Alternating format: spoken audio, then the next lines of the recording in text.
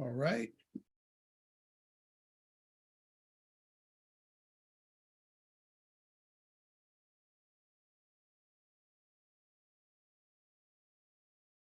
All right.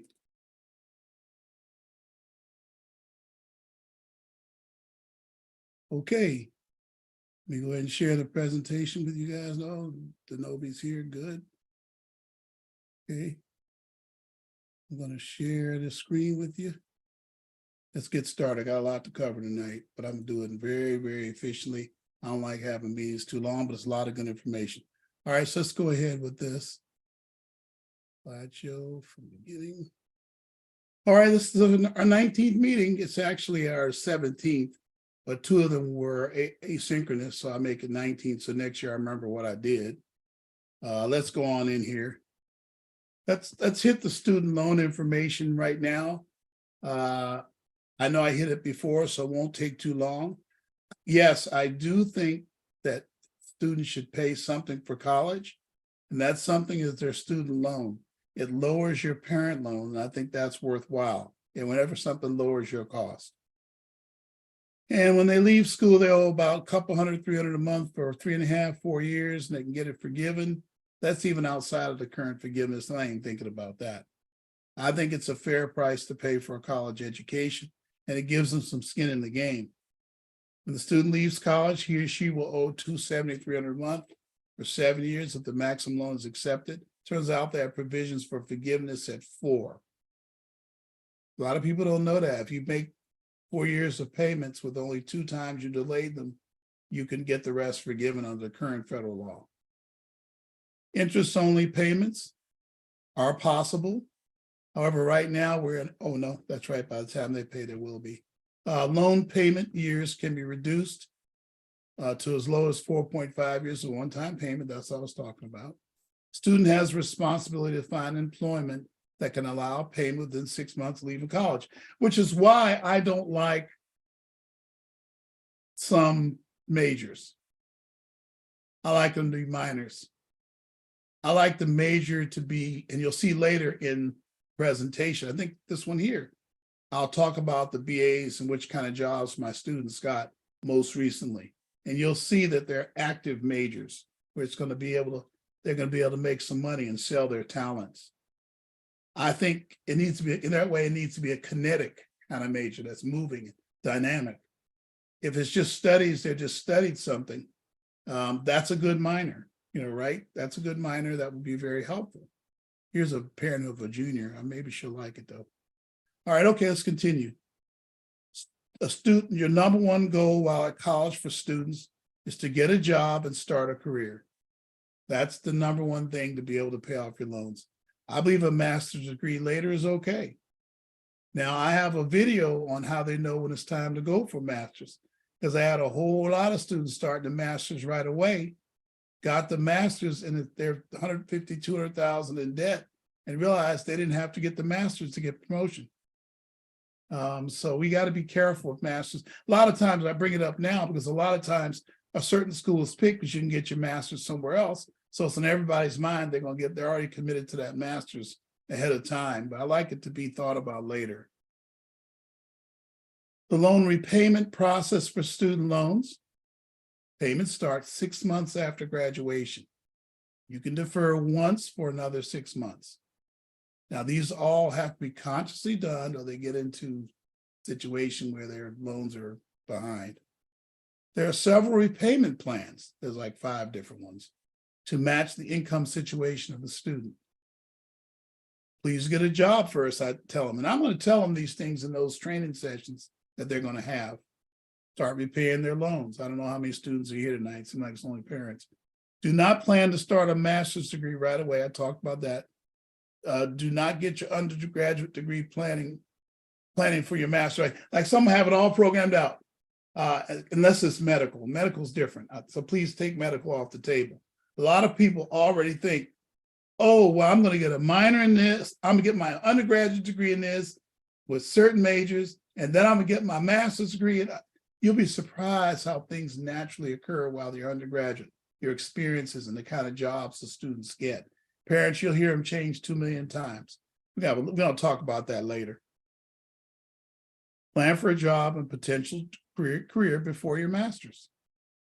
You know, don't make the master's a condition of finding a career. Here are the current ways, legal ways, current ways for these official federal ways to reduce or forgive your student loans. One-time repayment for 4 to 5 years. So if you on-time repayment for 4 to 5 years does reduce the rest. The other 2 years become zero or practically nothing. You make one payment, it's done. Peace Corps, Vista, or AmeriCorps. You won't pay a dime. My daughter went to the Peace Corps, went to Guatemala. I think she didn't have to make any payments on her student direct loan when she came back from Guatemala. And she came back speaking Spanish. That's another skill she has. Military service is automatic forgiveness. Teach for America.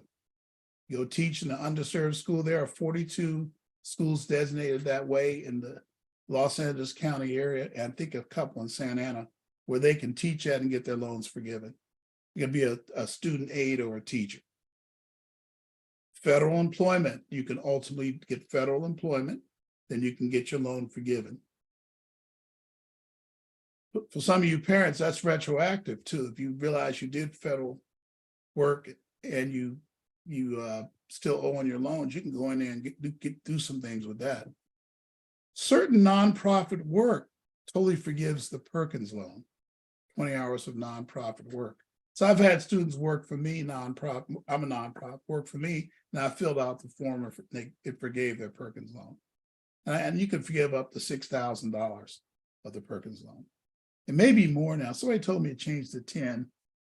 But anyways, Perkins loans are only awarded to some students. They're only awarded by colleges that have extremely low loan default rates. They're allowed to award Perkins loans. And that's a forgivable loan if you work for a nonprofit. And worked for me for a couple of summers. Sign that form, okay? How to activate a student direct loan, how to activate. I think we covered this before. Students can go to www.studentloans.gov, log in, do the loan counseling first. It takes an hour. It's very tedious. They'll be mad, but they need to do that because the school cannot award that loan until they do it. They're going to start bugging the student every second in email till they do it. And what they do is if they never do it, parents, this is very important. They're getting that email right now, and they may not be telling you with all the excitement about graduation. But if they ignore that email, then when the bill comes in from the school for the first semester, you might be a little shocked because they're going to assume there's no loans. You might be $6,000 higher than you expected, $3,000 to $6,000, depending on how the school handles it. So they'll do loan counseling. Another earthquake. We're having an earthquake, stand by. If you're in the south part of the county, you just felt it. Anybody else feel it? It was down here in Long Beach. We had one the other night down here in Signal Hill. Oh, Badoba. Let me get myself together, y'all. All right, I'm back. Sister Hobson, don't laugh at me. I know you are. I knew it. See, that's how they do me, see? Denobi, Sister Denobi, I'm okay. Anyway, it's loan counseling. Students, I would told the students tonight it's important for them to know all about their loan. Now, I'm going to tell them again in another session if they come to it. This will prevent default on their loans the more they know about it. Create the direct loan promissory note. They'll do that next. They'll carefully allow screen prompts. They'll allow 20 for follow the prompts. It'll take 20 minutes to do the promissory note. So it takes almost an hour and a half to do this. Now, if I were to do it for them, I could do the thing in about 15 minutes, the whole thing. But the important thing is for them to go through it and learn about their loan. If they get stuck, of course they can go to me. Oh, Bailey, what's up? Sorry, you had went in and out for a second, so I'm not sure if you addressed the question in the comment. I didn't. Did they ask about the earthquake? No, And did you feel it? no. So y'all don't think I'm crazy, but I'm telling you, I felt an earthquake. I believe you. Like you should. What's the question? Why don't you read the question to me, Bailey?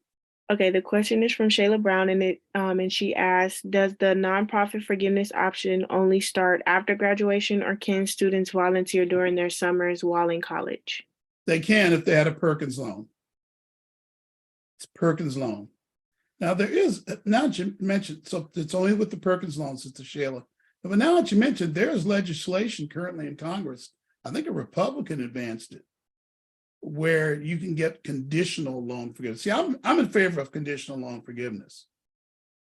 I want society to get something for the forgiveness. I'm not in favor of unconditional forgiveness. I bet you never heard that, Sister Brianna.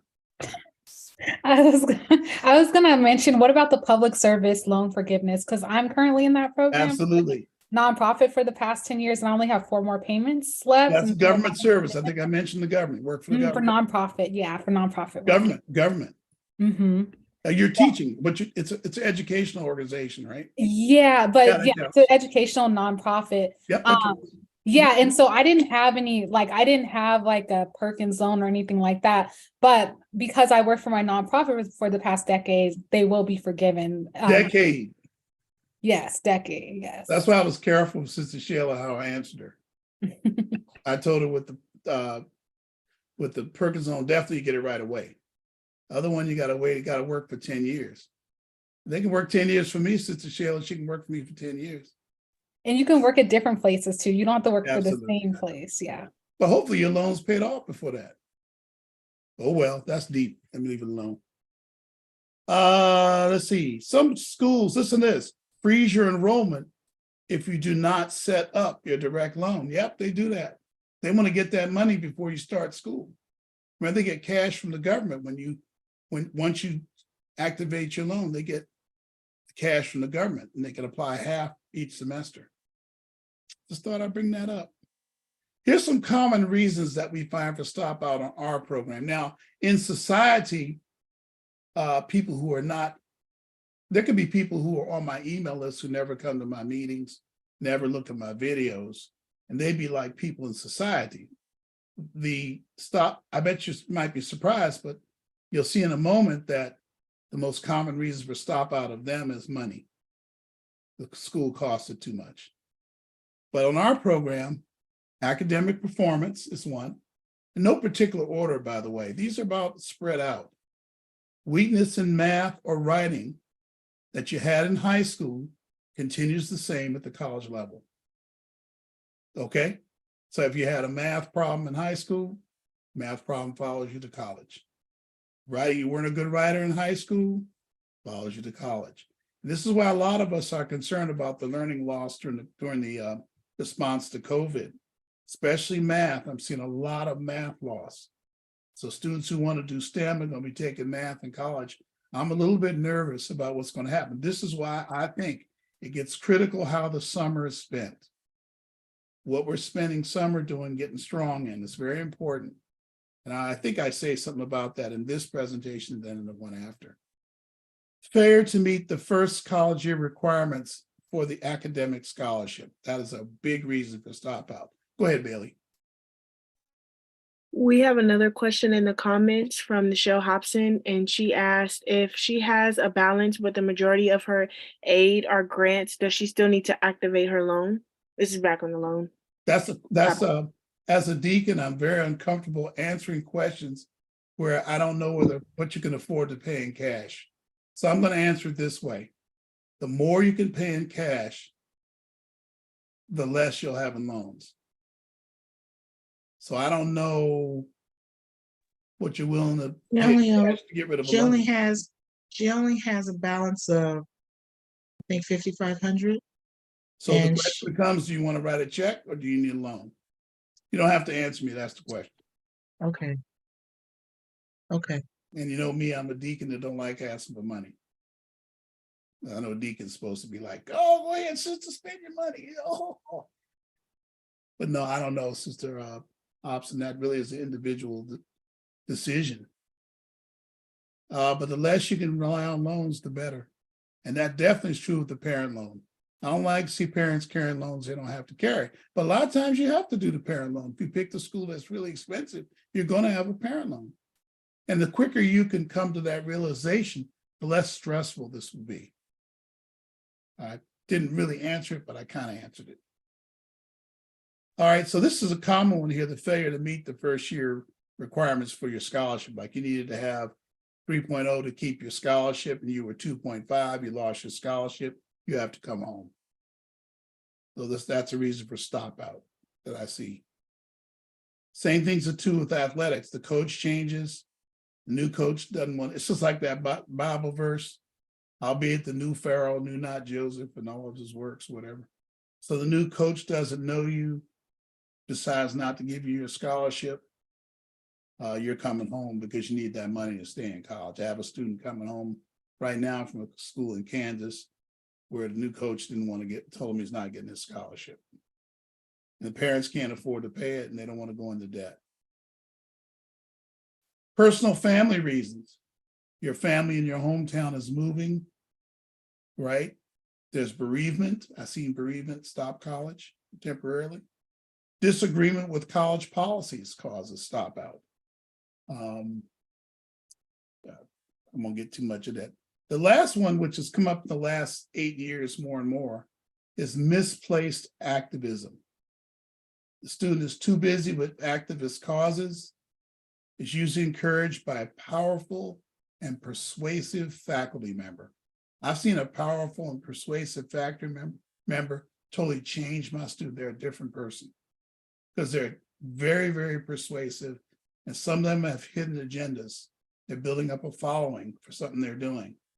And there's a lot of activism on these campuses right now. I'm going to cover that, parents, again in the student sessions that I'll cover in the next part of actually, I'll cover a little later here. I'll talk about it at the end of this segment. I'm almost done here. Okay. What jobs do our 20 to 20? This was a very tedious study I had to do. This is taking parts of 4 months to do. I think I got it right. I surveyed about 180 of our graduates from college, 20 to 22. I think Ricardo helped me too a little bit. Shout out to Ricardo. I don't know what I'd do without him. But anyway, just wanted to give you an idea. 21% are doing nonprofit administration and leadership. I should have published the salary ranges. The salary ranges were 47,000 to 76,000. Okay. Remember, these are BA degrees, everybody. I didn't publish the engineering ones. They all have work. I thought that'd be boring. You know, 100% of them have work. Computer science, they all have work.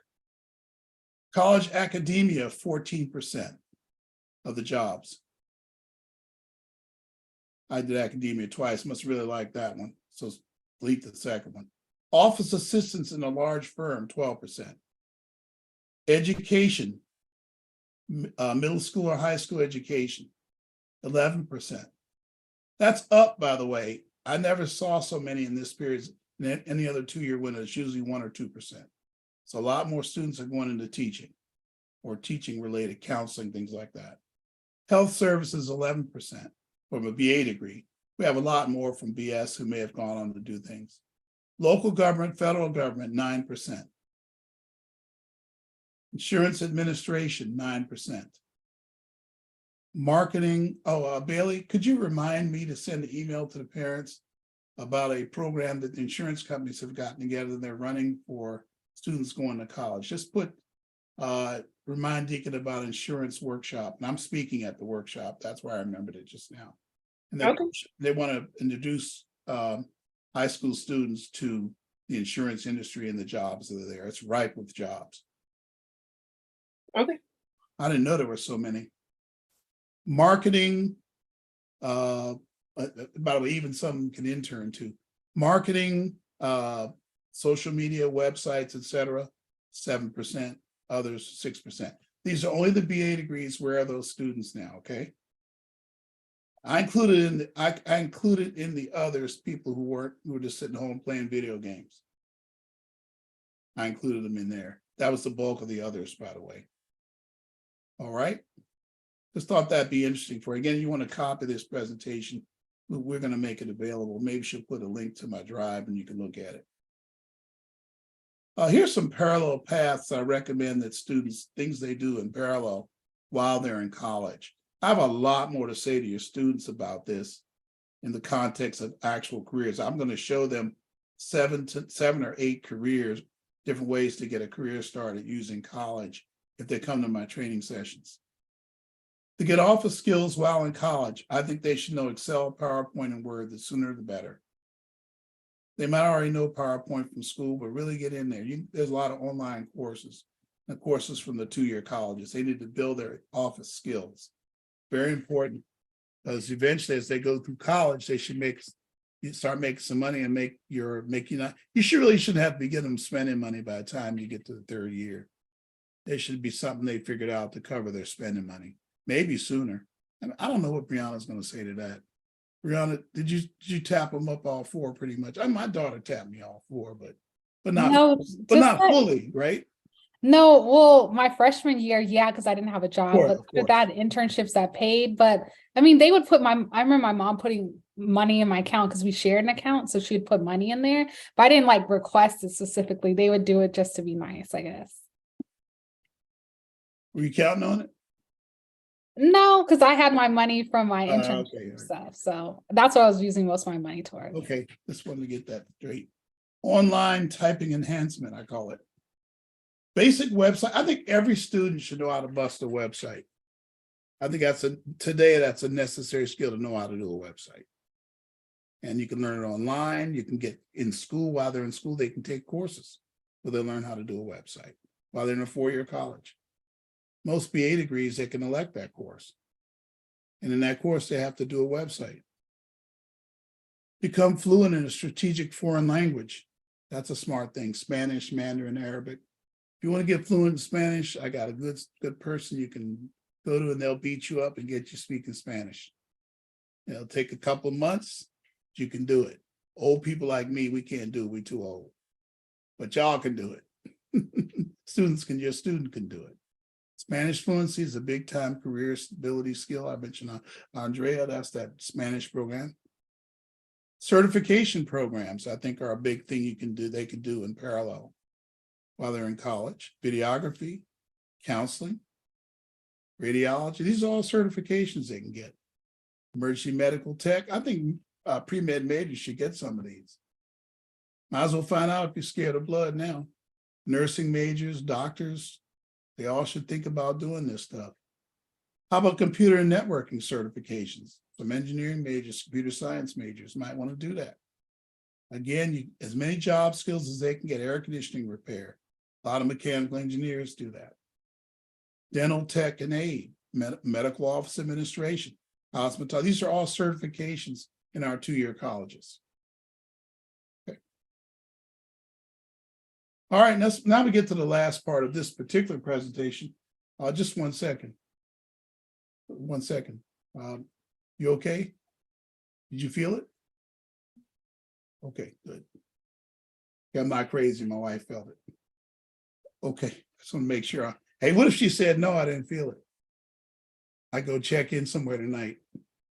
All right, okay. Yeah. Yeah, you did feel it, see? No, it was an earthquake. It was a continuous one last night. All right, that's the one last night felt. Anyway, college completion facts. This is how we start to slide into how we can help.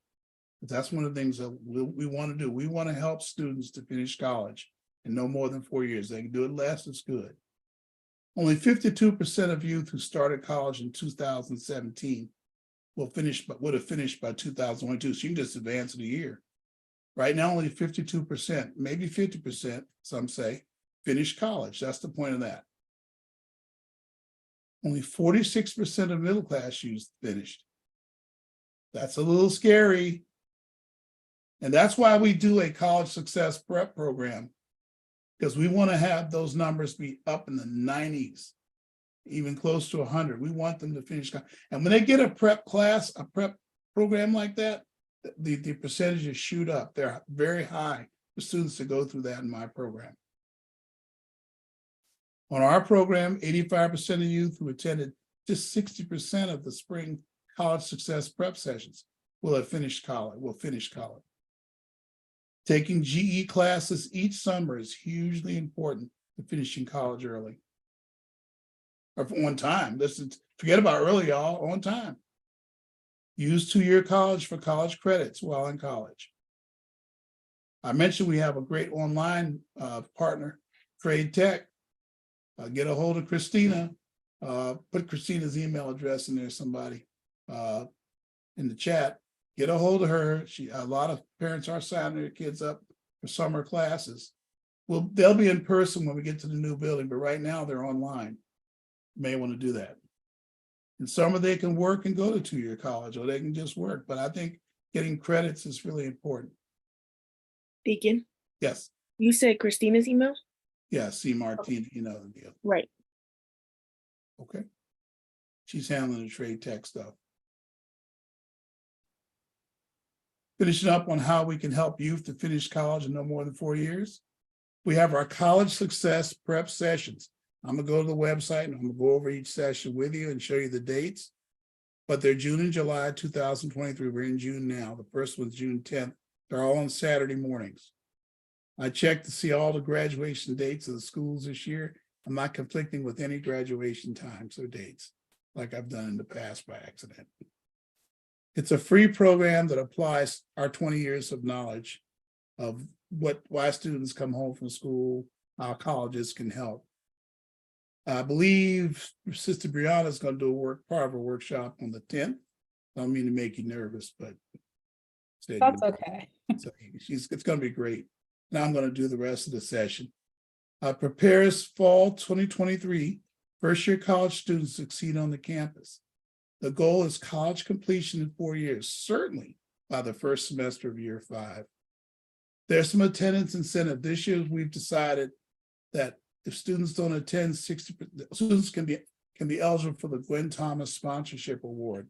She's a longtime member of our church who passed away some years ago now, more than 10 years ago, who left money to our program for non-members of West Angeles.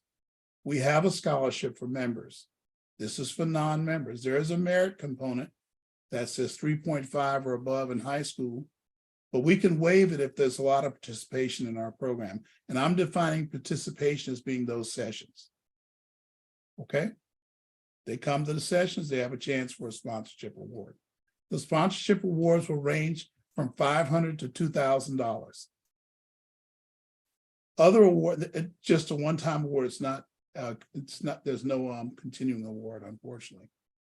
There's other awards and incentives we're going to provide for attendance, probably a point system, but I haven't gotten that to present to you just yet. There'll be increased access to our alumni and career support programs, like when jobs roll in the students area, if they're active in our sessions we're going to have, and we'll put them out to all the students, but only after the students who attended those sessions see them first. Okay. Preparation for the life confirmation ceremony. Yep, we're going to bring the ceremony back. Hallelujah. We had it online for 3 years. And I'm not doing that again. I did for 2 years, then we did one last year and nobody come because everybody was still scared. And I understand that. But this year, it's over. So I'm going to have, in the end of July sometime, I'm going to have a ceremony. We have a nice site now that we have the ability to get outside facilities that I'm thinking about. We'll give you more details. And certainly in the sessions with the students, we'll tell them what they need to do to prepare for it. Okay, that's all I had for the first segment. And now I'm going to do a parent-only session in case there's any students around. Are there any questions I didn't get? Let's see. I think I got them all. Thanks. Yeah, you see on the drive. So Billy, you can put the slides up for the parent-only session. Sister Sandra, you know, you're 1 year early, but you can be here. It's a free country. Thank you. That's my check. It's a free country. All right. I'm now going to go ahead and cover the parent-only slides. I think you'll find this very, very useful. Let me stand by. Let me get offline and get it for you first. Let me, okay, hold on here. Okay, there it is. Let's get the right slides up. There it is. Oops. Okay. All right, here we go. All righty, let's run through these slides. This is some good stuff here. You are now the parent of a college student. OMG. I put smiles through y'all. Class of 2023, special parent session, May 31st. So let's go on into it. By now, parents, you should know specifically how you will pay for college. You should know the parent loan for undergraduate students for your students. If there's any question on the parent loan, I'll take those now. Because right after this date, if you don't, you should start hearing about that. I hope you all are aware of how to do the parent loan. If you need any help at all, please contact me so I can help you through the application process for it. Because if you wait too long to do the parent loan, it will be a problem with their housing and some other things suddenly, and you'll be surprised. So you want to start that, especially if you're doing a Black school. I should probably stop and find out where people are going because I don't know where everybody is. Sister Sheila, where is your daughter going to school? Believe it or not, she decided to go to Norfolk State. Okay. All right, she visited? She did not visit. We have a trip planned for this month, well, in June. Okay, I'll be praying. That's a good, I like that school. I'm not cringing because of that. I just I get worried when they haven't seen it. Okay, so check it out. Check it out. It's going to be, they probably gave her a scholarship. It's affordable. Yeah, it's free. There you go. That's it. Call it.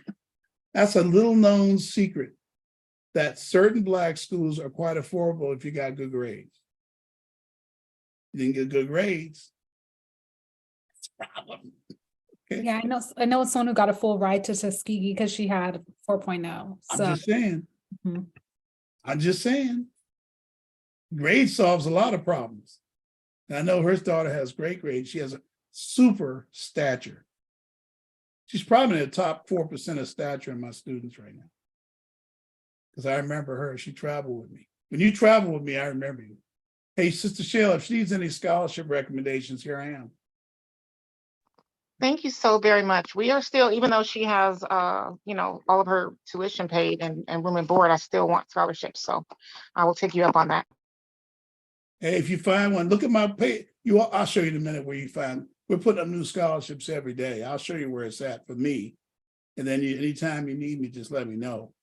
In fact, let's go ahead and do that now. As I said I would do it a minute ago and never did it. Stand by.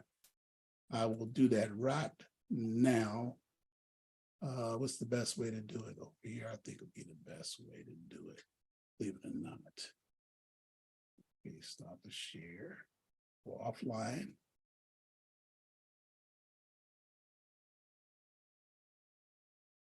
Okay, here we go.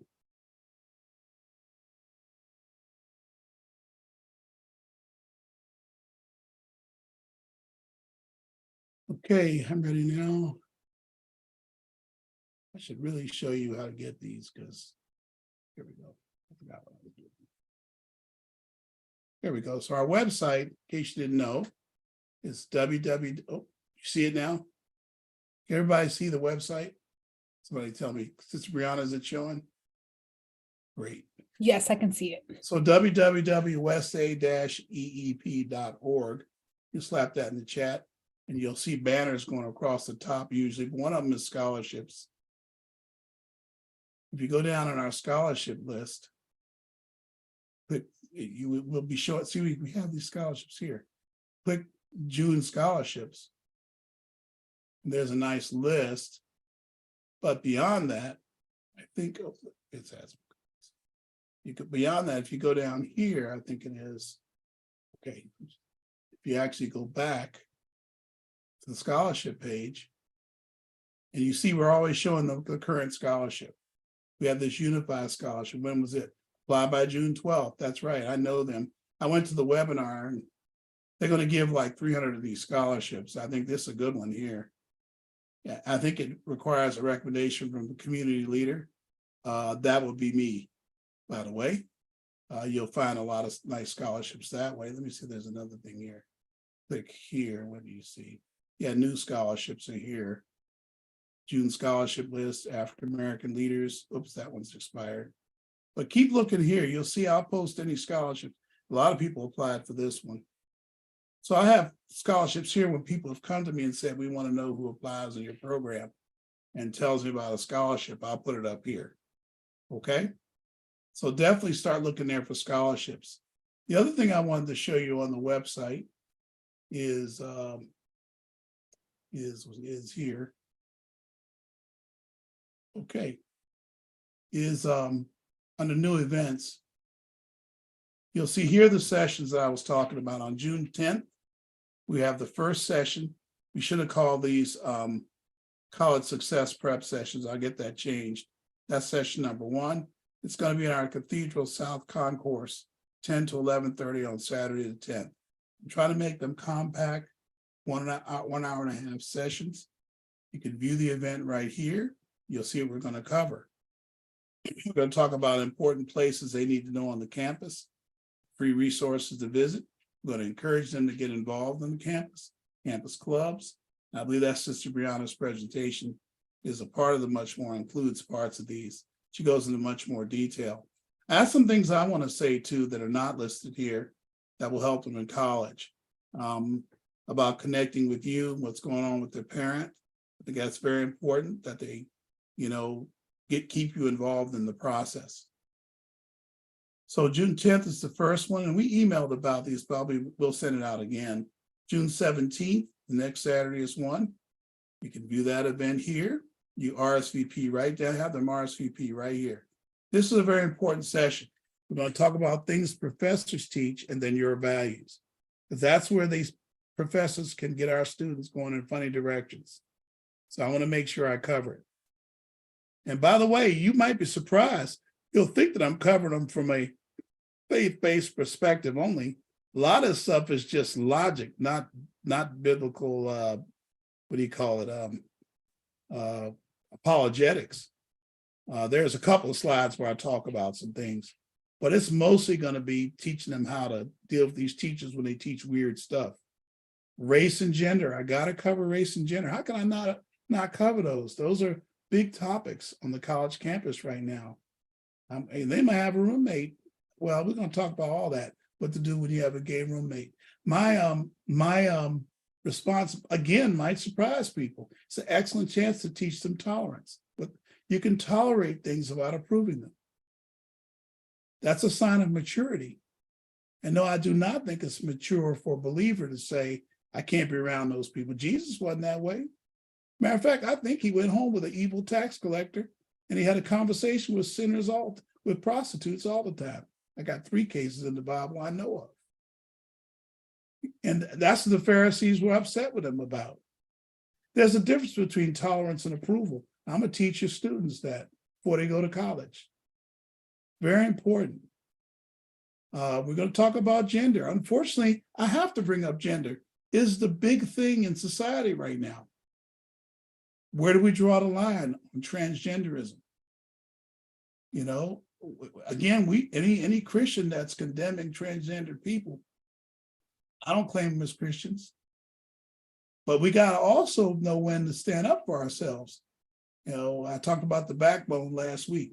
Now, they won't be rooming with transgenders because they have their own dorms usually, but it may come up in a class.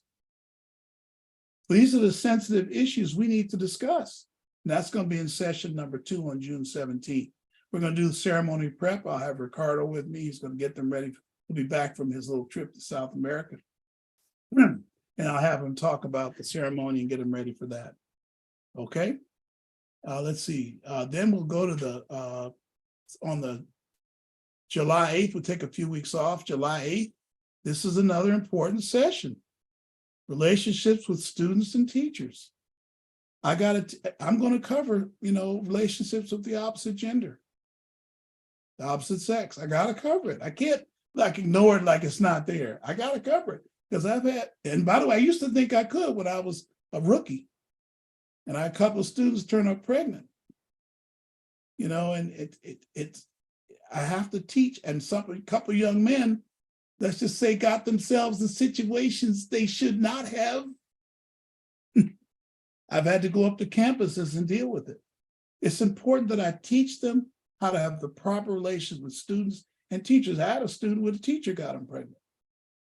There's a big story in the local paper in that city. It was terrible, horrible for that young lady.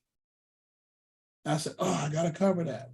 So my students know that if a teacher do something to tell right away, get them out of the school. Glory to God. Sorry, I won't do the seminar right now, y'all. Don't worry. Class participation, where to sit, how to sit in the classroom. But that's when Corliss comes in later, gets into it deep. I'll touch on a little. We'll do a little more ceremony prep at that time. Teach them how to write a life mission statement. And they'll update it throughout their time in college. Now remember, these sessions are the sessions they'll be taking to be eligible for the scholarship. Now, again, I used to not even offer the scholarship connected to this. It is so important, but that's how important they are to us. July, so that's the last session. So it's the 10th, the 17th, and July 8th. On July, it looks like the 22nd that Christine and I were just visiting with Corliss.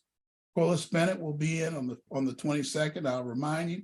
And she's going to cover how to academically succeed in college, how to deal with the professor on an academic level. And she does a detailed how to get ready for their careers, how to conduct themselves on the campus. She's the former Black Student Success Director at USC and was the lead multicultural person at Humboldt State for the pandemic. She came home and now she's the chief development and admissions person at St. Mary's, but she also runs her nonprofit. But she's going to be in and going to speak to our students exclusively in the concourse or at some other place. That's why I didn't list it yet. We may do it in another location. Okay. All right. So I want to make sure I got that in. That's the website. Please go to our website for scholarships and to see what's happening on the program. Now I'm going to continue with the parent presentation, which will be go very quickly. Okay, so I covered this, but now you should know how you pay for college, where the student is living, or they should know the living stuff should be worked out by now, when the orientation is and who is going. Sometimes schools have mandatory orientations. Make sure you know about that. When the move-in is and who is moving the student in, who is going to be there for move-in. I already had a talk with one of you about it. I know you're thinking about it. We talked about it a little bit. How the student will get spending dollars while they're in college. You heard Brianna say there was a joint account and she knew how to get the scratch that way. Being a parent of a college student, remember when they were babies? Yeah, weren't they cute then, parents? Mr. Nichelle, wasn't she cute then? Yes, she was. This session needs to be in person so bad, but that's okay. Being a parent of a college student, in the first 2 years, the newborn grows and learns to sit up by him or herself, pull themselves up. Oh, I'm going crazy. Being a parent of a college student. In the first 2 years, the newborn grows and learns to sit up by him or herself, to pull themselves up. Remember that stuff? Well, I remember all that. To crawl, to feed themselves. I put crawl twice, y'all. I'm crazy. To walk,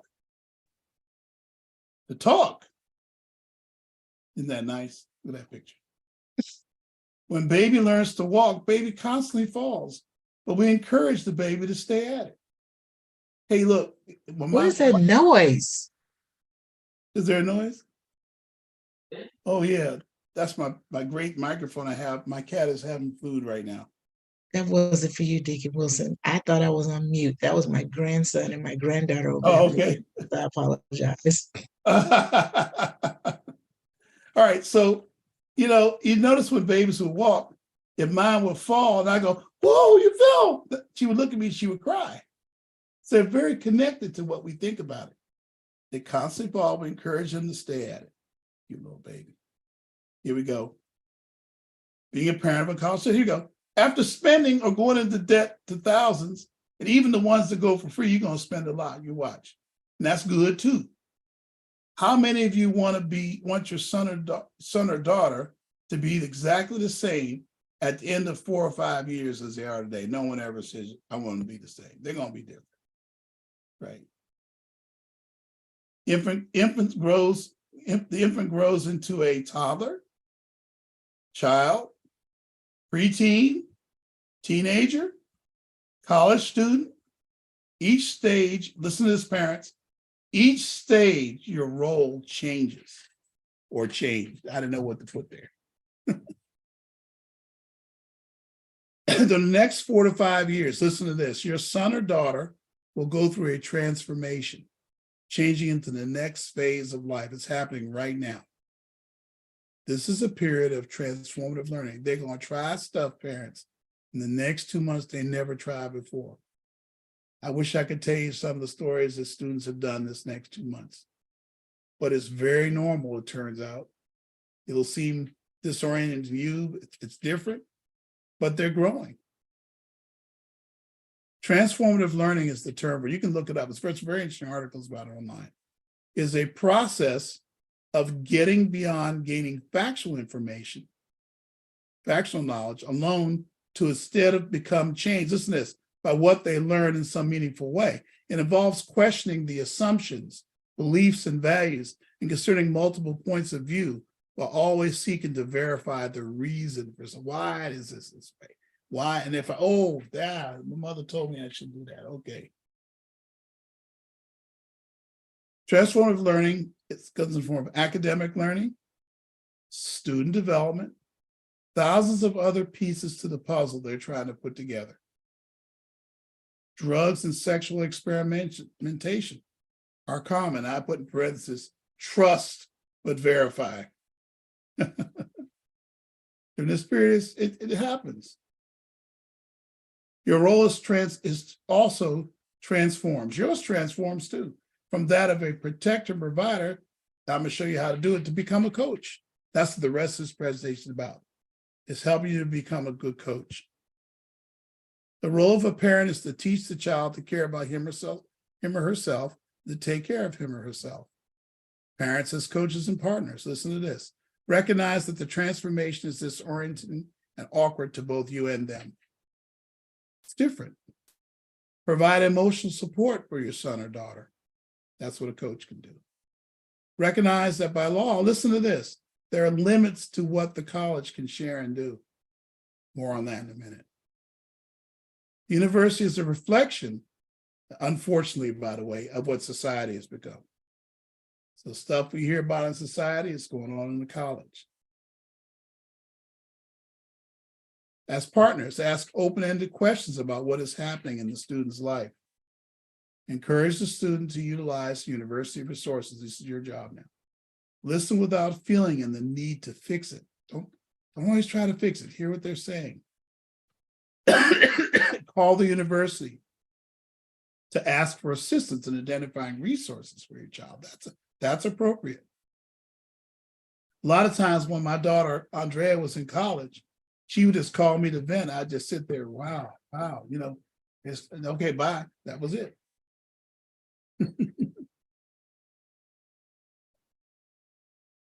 Stop, friend. Parents as partners and coaches, again, encourage the student to develop self-responsibility in problem solving. Help them learn to ask for assistance. Coach them to do that. Learn to listen. Ooh, that's something I had to get really good at. I was terrible the first few months, learning to listen to what they're saying. Learn to negotiate. They need to learn to negotiate conflicts for themselves. Help them to do that. Self-responsibility. Students will engage in the academic community. They'll attend classes. They need to understand the expectations of the class. Help them with that. Follow the rules of conduct. That's going to come up sometime when they're in college. For growth to occur, there needs to be both support and challenge. So remember that. The parent becomes a better and better coach. Wait till you get to my examples. Try to remember this is going on too in the background. The college's house and the college's rules. It's their house, it's their rules. When they're at orientation, they're going to be told those rules out of your sight. And make sure they hear the rules, because the rules of college life are covered by housing usually, and they apply to the campus as a whole. Academic life, community standards, residential life and housing. Now watch this. The student has responsibilities. It turns out they'll find out things like if there's a no drugs in the dorm policy, which it is, it includes Kush. You know what I mean? Y'all know what Kush is. Even in states where Kush is legal. In DC, Kush is legal, but they're blowing up in those dorms in Howard all the time. Because it's a rule of the university, a federal law, they can't have it. And the university is getting federal money, so they can't have it. And a lot of times the student that's the roommate can get disciplinary action too, because they know about it and haven't said anything. That's the way it goes. The university determines the rules. It's their house, you remember, of the academy. Plagiarism, which now, bringing in ChatGPT, I got 3 videos out on my YouTube site you might want to look at.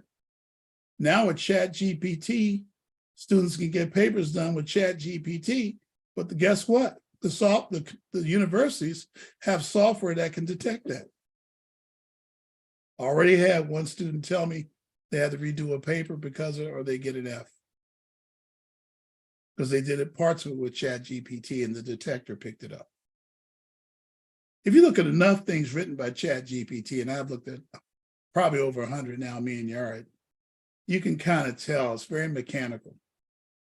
It's not, it hasn't gotten really human yet, and it might get better.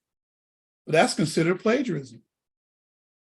What are the standards for grading? They're going to learn. Sister Corliss is going to cover that, how to read the syllabus and teach them in detail why it's important and how to read a syllabus, how to use your technology to keep up with what's happening. She's going to cover all that.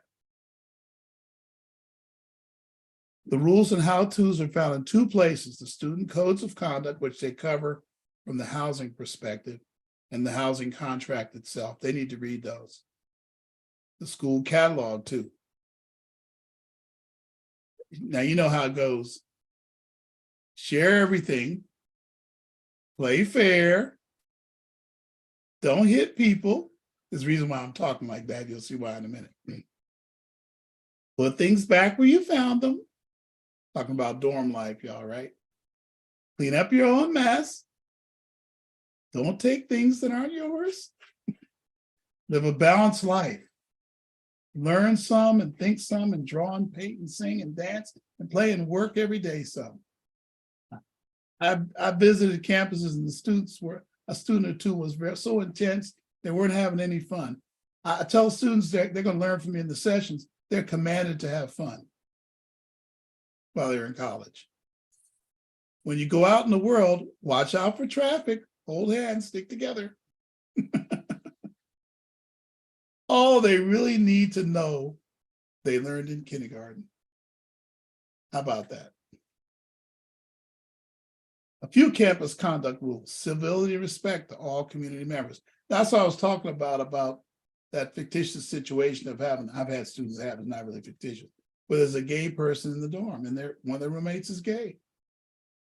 It's when they're the same gender, they can be gay. But all gay people ain't trying to hit on them. And all gay people ain't evil. Some of my students left. My daughter has 2 really great friends from college that were gay. Civility and respect to all community members. No violence, no weapons. Of course, I'm telling them this because they might see people that want to do it and they need to report. I'll talk about that in my sessions. No drugs, no alcohol under 21. Well, that's the serious one. One of my schools, if they blow into a place and the police catch the student, like in a party outside of the university, remember on the campus that they're going to be dry, right? But when they go off campus to a party, I've had the police go into parties and start alcohol testing, having them blowing that thing. And if a student is under 21 and they are blowing in that thing and it's a problem, they report them to the university and they get a fine on their payment record. Because the university has to pay it for them. That's in 2 of my schools that happens. So it's really pretty serious, the alcohol thing. Anyway, a few places to turn for help. Your school's website. The parent should be an expert on the website of the school. The student, you can turn to the student too. The university staff, the university crisis counselors, the school catalog. And yes, me, I'm your secret weapon. Anything comes up while they're in college, you're not sure what's up, you don't think they're being treated fairly. Some of these schools I have relationships with. Just give me a quick call. I can call somebody up, find out what's going on, or I can give you ideas. Here's some good late night reading for you.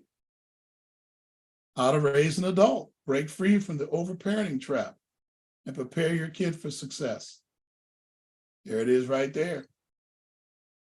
Okay, and you can get these from Amazon. I didn't even bother to put the link this year. You just type in that title, boom, you'll get the title up top. I love, this is my favorite one. Actually, this one and the next one.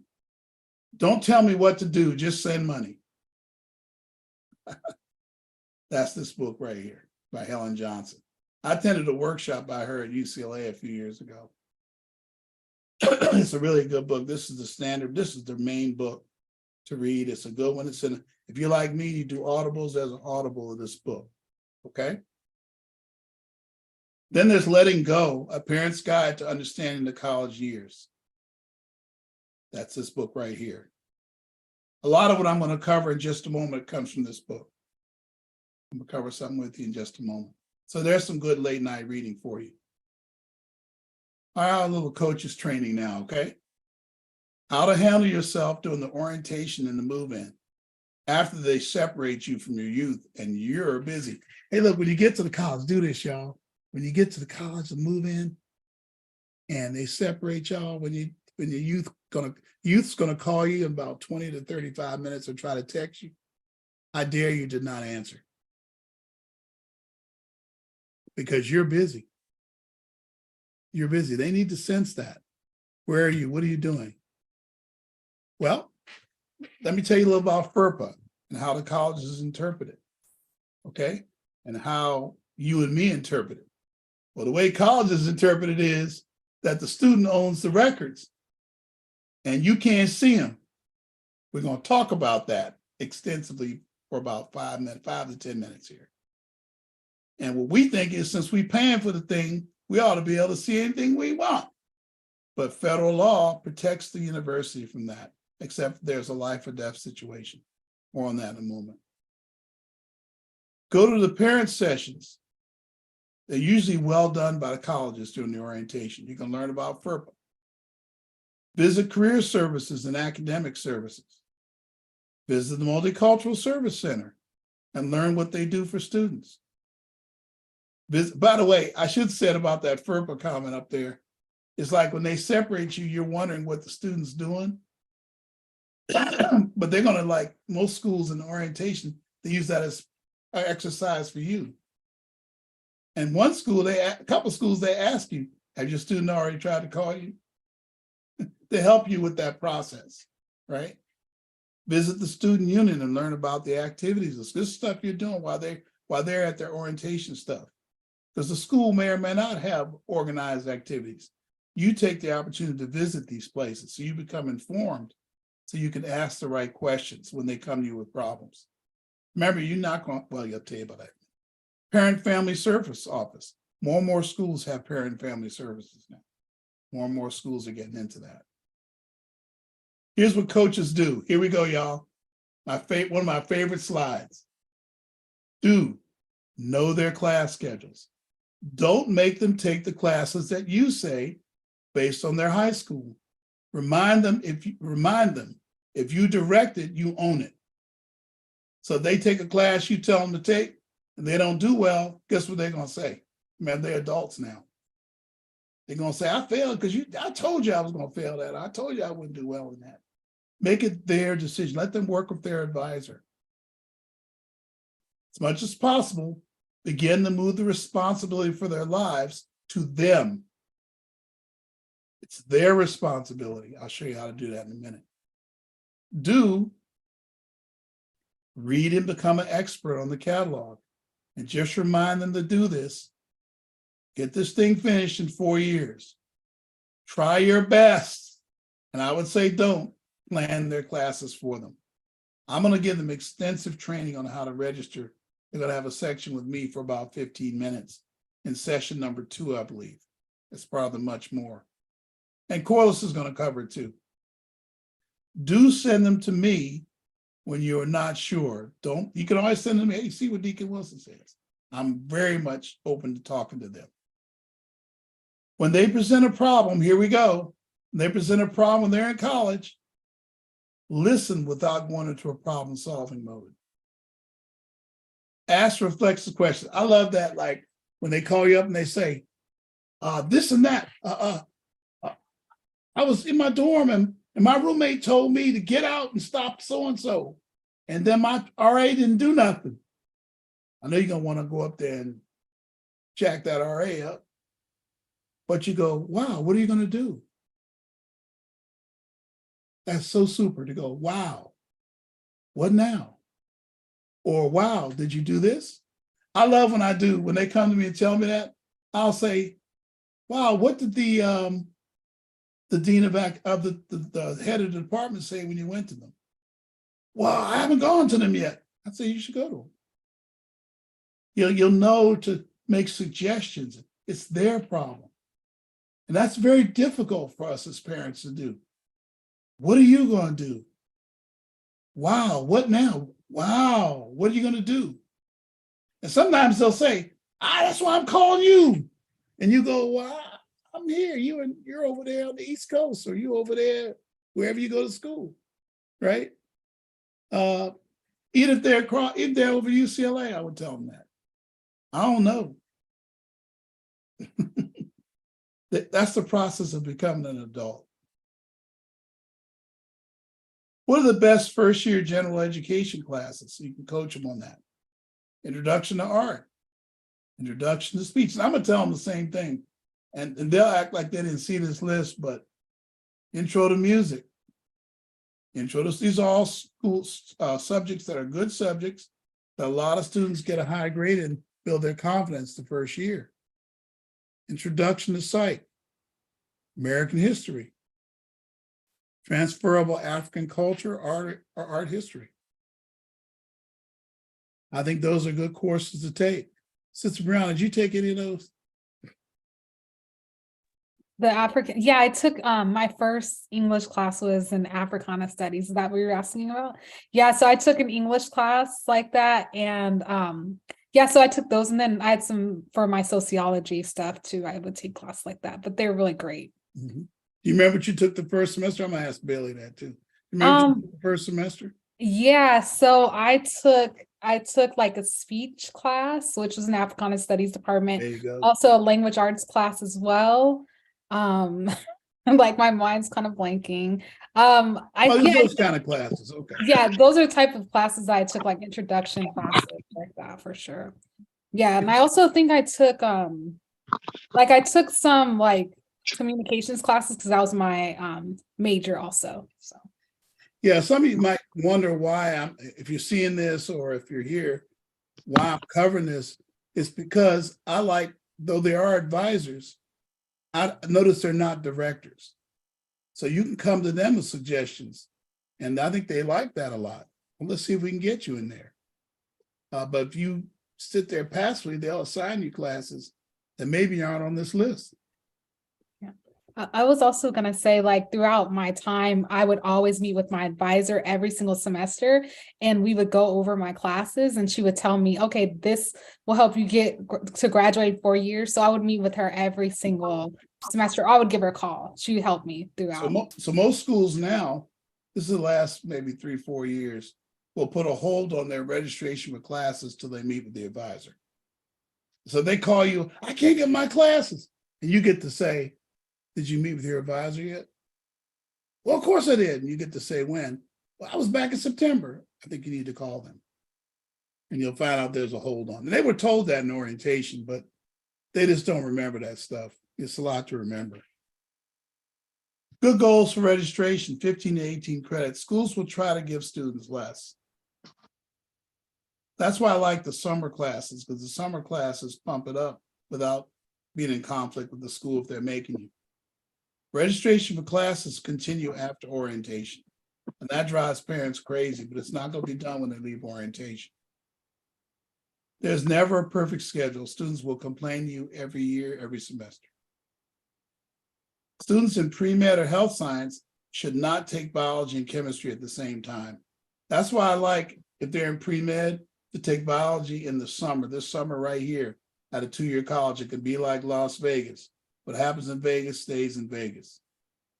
If they get a good grade, then they can bring it to the school with them. Because biology is not what it's like in high school. They're going to learn that right away. Biology is way different in college, way more detailed and way more difficult to succeed in. Toughest classes for freshman students: biology and chemistry. Together it's real tough, separate it's tough. About half to 2/3 of my pre-med majors, and some of them that are doctors today, had to take biology 2 or 3 times. I just want to be sure that they know that and that they prepare in the summer before they go. Check for questions there as we go, Bailey and whoever's looking at them. Pre-calculus and calculus are tough on my students in college. Philosophy. Oh God, don't let an advisor give you a first-year student philosophy. Intro to engineering. For engineering students, a lot of students who are now working in engineering firms struggle with the intro to engineering class. Freshman writing. Ooh-wee. That has always been a problem, even for my students with good grades. Because it turns out in high school, they do not teach college writing all the time. They teach you creative writing. They try to do that creative stuff, and the teachers just shove it right back down their throats. Because business writing is way different. And expository writing is. Jackson Evans, you come here right now. Well, let me see here if I can. I already. Expository writing is super different. It's more fact-based. It's kind of like what happens with essays, right, Brianna? We get them there when they're too creative and too artsy, they're not answering the question. Exactly, too much fluff. Yeah. Right, and that's why we have college essays. They can find it out, but so definitely freshman writing is a challenge. When freshmen take 200 and 300 level courses to experiment, don't do that. Just stick to 100 level first year courses the first year. Question. I have a question. Go right ahead. Go right ahead. You just said that freshman writing, freshman writing is difficult. It's And I'm been really- difficult for students in the past. I'm having a challenge with the whole, what's the term that schools use? College prep. So what is that whole college prep thing if they're not prepping them for college? Just putting them on the order system? Is that, You trying to, that's, well, I'll say this. The one class that I think we do not prepare students for college properly is actually 2, but I'll talk about this one now. And that is, and in fact, CSU does say that you'd have 4 years of English with 3 to 4 of the semesters expository writing. oh, But most of the time it's creative writing and African literature, and it's literature, it's creative, it's if I was a tree, what would I be? It's not expository writing. So they get to college, they get killed. What's the solution to that? Carefully analyze what they've had in their English class. If you think it's too much literature, they should take a writing class, take a placement test, and a writing class at a 2-year college. Okay. They need to begin the process of learning what college writing feels like. Again, and then as for high schools, I think high schools have 2 areas they're not teaching college prep. That's one of them. The second area, believe it or not, it might surprise you, is the sciences. I don't think we really get them ready for what they're going to see. okay. And that's I don't know what we do about that. Again, my remedy is take biology in the summer before college. If you know that's what I think. You thought I might say math, but all in all, they do a good job of placing math students at the proper level. Okay. They really do. But I think where the problem is going to be is those particular classes. So here I have the classes are a problem. I do have pre-calculus and calculus listed, but a lot of times the student never took it. But now they're in a major where it's required. This is why I like to see pre-calculus taken in high school. I like that 4th year of math. But I digress. Now, here we go. We're almost done. The discussions that need to happen. Ooh-wee. Here we go. There's certain discussions. Discussion number 1. By the way, these discussions are to occur between you and your student before they go to college. Here we go. You need to see the final grades ASAP each semester. When they come home for Christmas, Merry Christmas, where are your grades? And watch them squirm. If they squirm, you got a problem. As soon as they get home, this is called accountability, and adults need to learn accountability. They're going to be accountable to a boss. Everybody's accountable to somebody. I mean, even me, people say I don't have a boss. I do have a boss, Dr. Hammond. But did you know you parents are my boss? If y'all don't want me, then I'm through. I'm through. Right? Everybody has accountability, and they're going to have accountability as soon as they get home, because you don't want to see those grades. You paying for it, right? Somebody's, even the one that's a free ride, she said she got scholarship. It means that she's not paying. The parent may be paying something, but maybe the fact could be that the tuition and or the room and board are covered. But there's other costs for college. You have a right to see those grades each semester. They must provide, because remember, if they get into trouble, they could lose the scholarship, and now you're part of the process. They must provide them unconditionally to you. They need to know it when you release them on the campus. Remind them, I want to see the grades when you get back. And I don't care if they've been the best student in the world when they were in high school.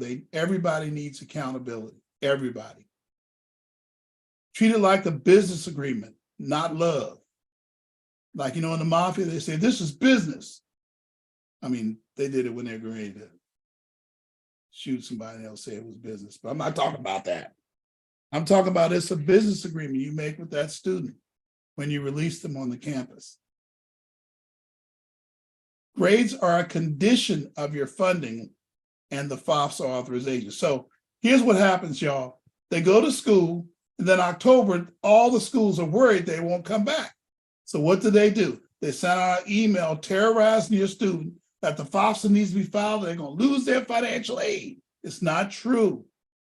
Parents, I need you to hold your ground and look up on the website when is the due date for that campus for returning students. You'll find out it's April, March. Don't make a move till you see the grades. Because once you file that FOSSA for next year, it's going to be 2 years. You've agreed to 2 years. Because you're not going to go back and say you're not going if the financial aid comes in. You need to see the grades. Grades are a condition of your signature for the FOSSA. If I'm holding your username and password, I'm not going to release it to them. Because they're going to be pressured by that school. And it's almost not right, unethical how they pressure those students. But it is not due on October 1st, y'all. On continuing students, the due date is typically, some schools are June. That's enough time for you to see their grades and to tell them, look, I want to see some improvement next semester. Or during Christmas, they can come see me. Students spend time with me and they do turn it around. We find out what the cause of the problem is. And then I could be sitting here talking to you, nothing's ever a problem. But I think it's important, that accountability. This is a discussion. This is discussion number 1 you need to have with them. Take them to their favorite restaurant when you have these discussions. Let them know that you will not electronically sign their FOSSA if you do not see the grades. It's important that they know you mean business. they'll get high grades, and I'm telling y'all, they'll always do well. File the FAFSA only after they return and show their grades. I think I'm making a point there. This is all about transparency and honesty. And yes, your money. Smiles. Discussion 2. What will happen with health issues? Remember HIPAA? It is the United States legislation that provides for data privacy and security for safeguarding medical information of the student. So the student's health records belong to them. Now, I know what you're thinking. You want to see them. I'm going to talk about that. What about prescriptions and medications? Well, you get to put them on your health plan, talk to your health provider.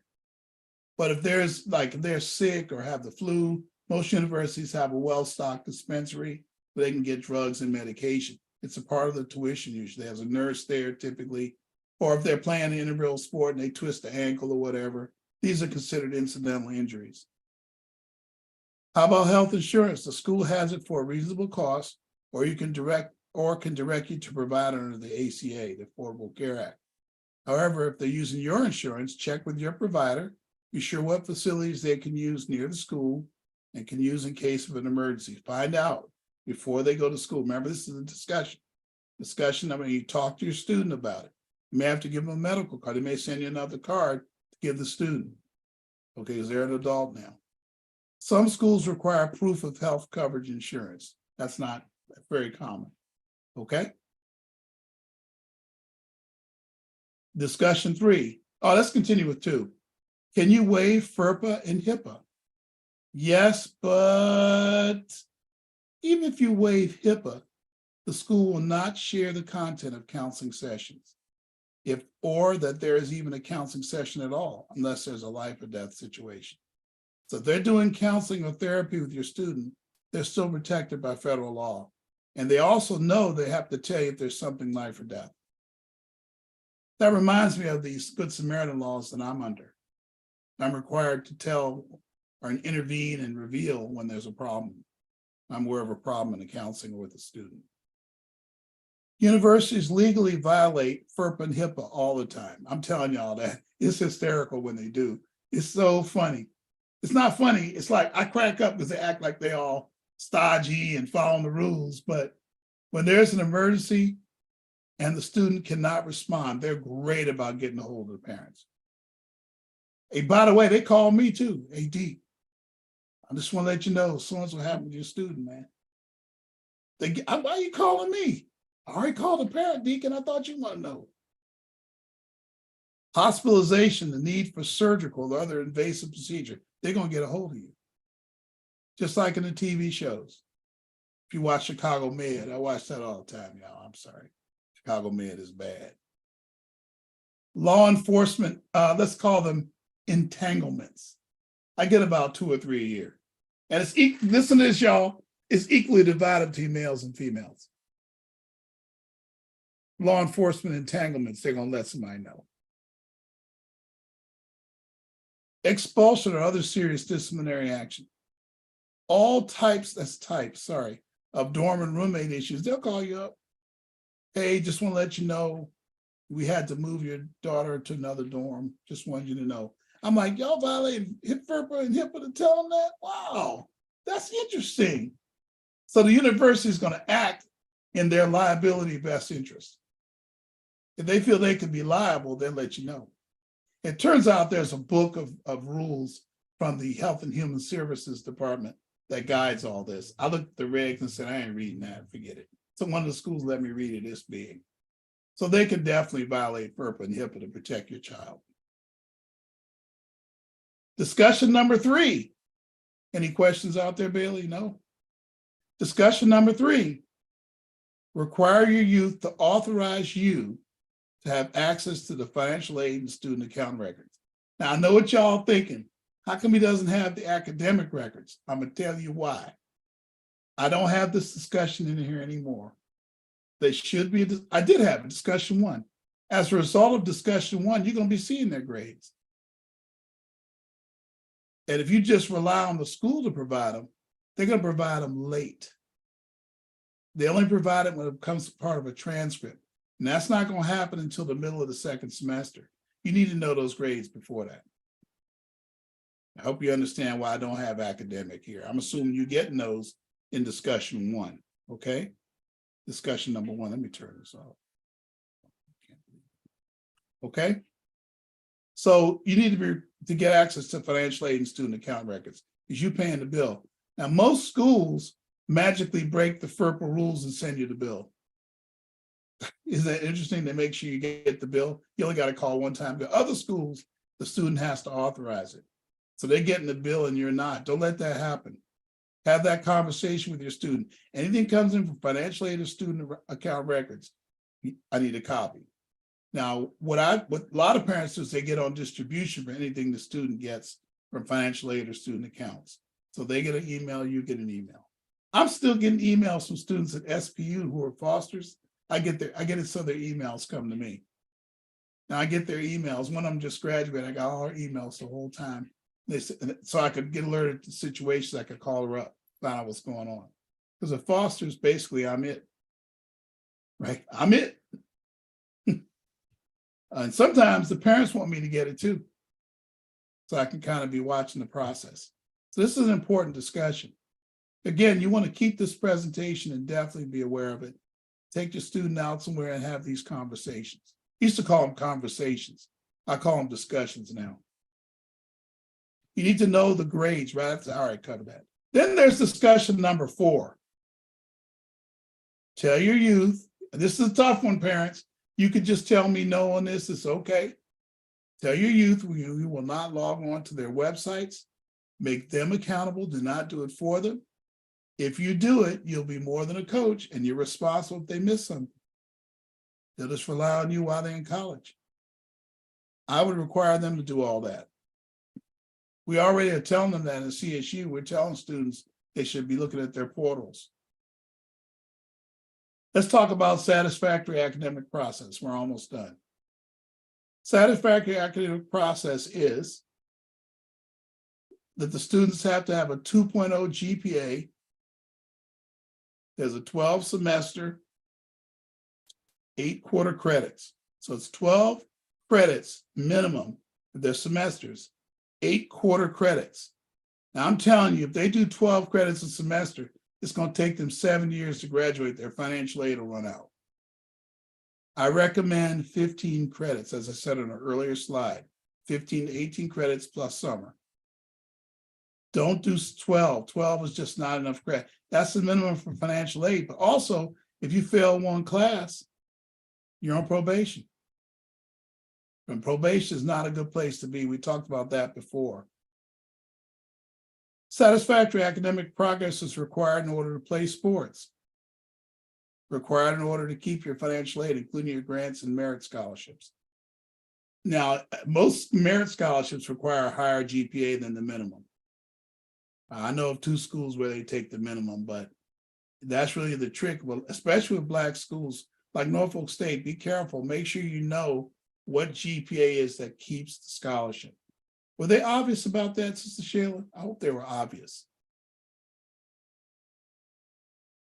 Were they obvious? In terms of what the requirements are to keep the scholarship? Yes. No, I need to look back into it because that wasn't clear. Sometimes they throw the curveball there and it's 3.8, 3.5. And your student could have a good semester, like say if she tear it up, she get a 3.4, but it's not high enough to keep the scholarship. So you need to really stay on top of that and then make them perform, okay? Don't let them get over on you like that. Thank you. Okay. Students that fail to meet SAP will be disenrolled or lose their financial aid after the first year. Very important. SAP is an important concept. Okay, here you go, parents. We're almost done. Have a little levity here. Maybe not so much. I don't know. Key moments in the early college life. I love this view graph. Obviously, tell by my voice, can't you? I'm going to change my major. The odds are you'll hear that 1 or 2 times. So start thinking about what you're going to ask, what you're going to say, because sometimes it's a change from something they talked about all their life. Remember the transformative change thing I said? I'm gonna kill my roommate. They don't really mean they're gonna kill him, I hope. But that's how mad they'll be when they call you. And you're gonna have to use reflexive questions. What did they do? Oh, wow. What did the RA say when you told them? I haven't gone to them yet. You should go to them. Tell me what the RA says. Then you'll hear nothing for like 2 weeks, and you'll see a picture of them hanging out. You'll say, I thought there was a problem. Oh, no, Ma. I talked to the RA. We worked it out. They won't tell you when it works out, right? Mom, I'm failing my class. What do you say? What is it? What they're gonna learn from Corliss? What does it say they don't hear from Corliss? You get to say, what did the teacher say when you visited and went over why you were failing? I never visited a teacher. Visit the teacher. Go to office hours. You know, what happened? How's tutoring been? I'm not going to go to tutoring. The writing center, the tutoring center. Ask them how they visited these places. That's how you know if they're trying their hardest, right? And hopefully they've gone to my session. They learned how to do the time management with Corliss.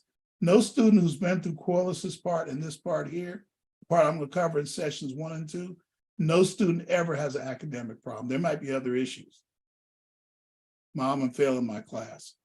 Mom, I'm failing. I want to drop my class. That's when I definitely refer to me. Mom, I'm thinking about quitting school. That comes up 0.75 times for every student. So what I'm saying is 3 out of 4 students might tell you that. Think about giving up. You get to say to them, wow, what are you going to do? I hate it here. I want to transfer. They might say, well, transfer. I had a student call me up and say, I want to transfer. It was only the first semester. And I said, wow, what are you going to do? You're going to help me like you helped me get here. No, I don't help students in college. I told them.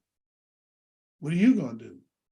You know, they researched it and figured out it's too much trouble. And they finished up and they're now a district attorney here in Los Angeles. I joke with her about it all the time. She's going to be in a student panel for the 3rd session, I believe. I'm going to have her in there. It's the funniest thing. She said, you're never going to let me forget that, are you? I said, nope. I'm never going to let you forget that. She was ready to quit, y'all. But I told her, I said, well, go ahead. Quit. Okay? Boy, that's a life lesson right there. Can my boyfriend visit me? Then you say, where they going to stay? And they say, in my dorm. That's heavy. You got to be ready for that. And you get to have a conversation that doesn't end too pleasant, but you get to have a conversation, right? Mom, nobody likes me here. Why do you say that? Well, because they didn't let me go at the end of the game because I was studying. That always comes up. And you get to tell them, you know, alone and lonely are different. That's a heavy lesson for them to learn, that being alone is different than being lonely. Lonely is a decision. Being alone is a different type of decision where you've said your values, you need to be here rather than there. Corliss is going to talk about that. That's huge. Because they have to have a good social life to stay at the school. This is just to let you know some things you might hear. Many times, here's a few things. I don't know how to title this, but a few things that could drive you nuts if you let them. Many times, youth and or the school will never handle roommate issues like you or I would. It's going to drive you crazy. Oh, I could strangle that RA. Don't strangle the RA. It's not worth the plane flight. And then you could be put away in jail, so we can't have that. So you can't strangle the RA. But just be aware, being aware that could happen. You may have to coach your student further. Coach them. Coach them how to push back on the RA and ask questions. Remember, it's them in the situation. Some of the professors are mean, hard to understand, and supercilious, SAT word. Most are pretty cool though. Most college professors that I hear students talk about are pretty cool. One time I blew into a school, surprised the students, said, "Oh, Deacon, you're here. Oh, why are you here?" I said, "I can be here. It's a free country." I think it was at Howard. And so she said, "Got somebody I want you to meet." I said, "Really?" So she took me over to Frederick Douglass Hall, y'all. Took me up, wanted me to meet her teachers, two of her teachers. And they were pretty cool. They were cool people. Most of them are pretty cool. So don't let your student make you think all of them are bad. Just because they get one bad teacher or one teacher they don't like. Let's put it that way. You can get an A from a teacher you don't like. I can't stand. So that would motivate me. When I was in college, if I didn't like a teacher, I wanted to show them to get an A. They will not call a lot at first. That will shock you. You drop them off August, whatever, and you realize they're not going to call you. They try to be all bad and stuff, y'all. Do not pressure them to call each day. It's not sustainable. How about a weekly call? How about Zoom or FaceTime? Disagree on it once a week or once every 2 weeks. Remember, you wanted them to go away to school. Well, they're away. Instead, we should work on what God created us to do while they're gone. And my ministry really took off when Andrea went away to school. I don't tell her that, but hope she'll see it now on video. But my ministry really took off when she went away, y'all. Anyway, by October, early November, like clockwork, they are calling and complaining. So you have the silent period, then they call and complaining. Many want to transfer and come back home and present depression and hopelessness. Usually it's drama. And ask questions, reflexive questions. Have you done this? Have you done that? You need to stay the coach and the partner, not the parent. That's going to be hard. Ask reflexive questions at that time. When I blow into a school in October and I shock the students, I showed up at Boise last October, I think. Whoa, they always say, "You're here. Why are you here?" I said, "It's a free country. I can come to any school I want." But then if they don't tell me in October that they're uncomfortable, I think it's something wrong with them. If everything's perfect, I get worried. When I get back to LA, I call them a few times. But it's normal for them to feel they miss your fried chicken, y'all. They miss your biscuits. Whatever you do that's special, they miss it. It's so normal. The money will run out a lot at first. Just stay patient but firm, and everything's going to be all right. Well, I hope that helped. Again, you can get a copy of that presentation. I'll take any questions you might have. Sister Denobi, how you like all that? That was great. You think? Yeah, Okay. that was great. Some of the stuff, kind of